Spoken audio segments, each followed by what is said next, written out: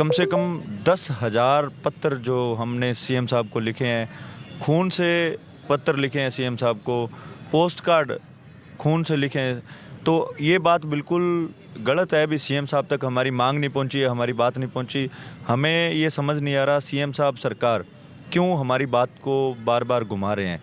जो भी हमारे सामने तथ्य आए हैं 64 दिनों के अंदर, उसके अंदर यही नज़र आ रहा है भी जो ब्यूरोक्रेसी है, ब्यूरोक्रेसी हमारे इस धरने की जो सच्चाई है उसको सरकार तक सही तरीके से पेश नहीं कर रही।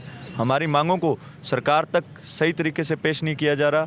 बार बार हमारी कार्यकारिणी के ऊपर इल्ज़ाम लगाए जा रहे हैं भी ये नेतागिरी कर रहे हैं, इलेक्शन लड़ेंगे, और इस धरने का राजनीतिकरण हो रहा है। मैं सरकार के सामने व प्रशासन के सामने एक क्वेश्चन रखना चाहता हूँ, अगर ऐसा है तो ब्यूरोक्रेसी से जुड़े लोग इस धरने की सच्चाई को प्रेस कॉन्फ्रेंस के माध्यम से विद प्रूफ आम जनता के सामने रखें, नहीं तो इस धरने को बदनाम करने की कोशिश ना करें। बार बार ये इल्ज़ाम लगाए जा रहे हैं फंडिंग हो रही है। फंडिंग कहाँ से हो रही है, कौन कर रहा है? अगर आपको इस चीज़ का पता है तो आप एक प्रेस कॉन्फ्रेंस के जरिए इन तथ्यों को सभी के सामने लाने का काम करें। आप खुद समझदार हो, सरकार समझदार है। जिस धरने का राजनीतिकरण होता है वो धरना कभी भी इतना लंबा नहीं चलता। जिस धरने का राजनीतिकरण होता है उसके अंदर सरकार का विरोध होता है, सरकार के पुतले फूंके जाते हैं, सीएम के पुतले फूंके जाते हैं।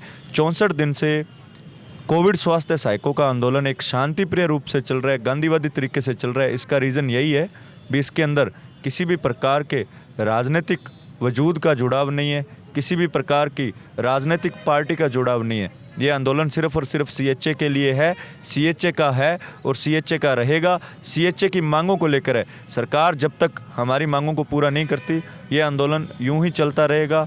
किसी भी प्रकार की मतभेद से, किसी भी प्रकार की अफवाहों से इस आंदोलन को कोई असर नहीं होगा। जो संख्या बल पहले दिन था, आज हम इस शहीद स्मारक के अंदर उसी संख्या बल को वापस जुटाने के अंदर समर्थ हैं।